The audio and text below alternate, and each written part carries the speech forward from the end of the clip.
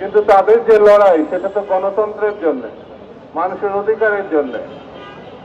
সেই অধিকার এবং গণতন্ত্র তাদেরকে যদি আমরা না দিতে পারি, তাহলে এই আন্দোলন তো প্রশ্নের মুখে পড়ে যাবে। আমরা কি অর্জন করলাম?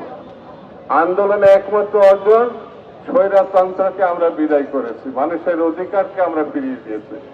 এবার একটি নির্বাচনের মধ্য দিয়ে জনগণ তাদের পছন্দের প্রার্থীকে, দলকে ভোট দিবে, তারা সরকার গঠন করবে, তারা দেশ পরিচালনা করবে। নির্বাচিত সরকার, নির্বাচিত প্রতিনিধি না থাকার কারণে দেশে আইন শৃঙ্খলা এবং বিভিন্ন সেক্টরের ব্যবস্থাপনা ভেঙে পড়ছে।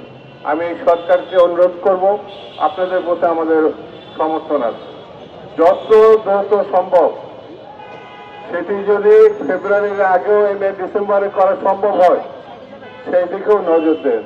নির্বাচিত সরকার ছাড়া ষড়যন্ত্র এবং কার্যকর পদক্ষেপ, শক্তিশালী অবস্থান তৈরি করা খুব কঠিন।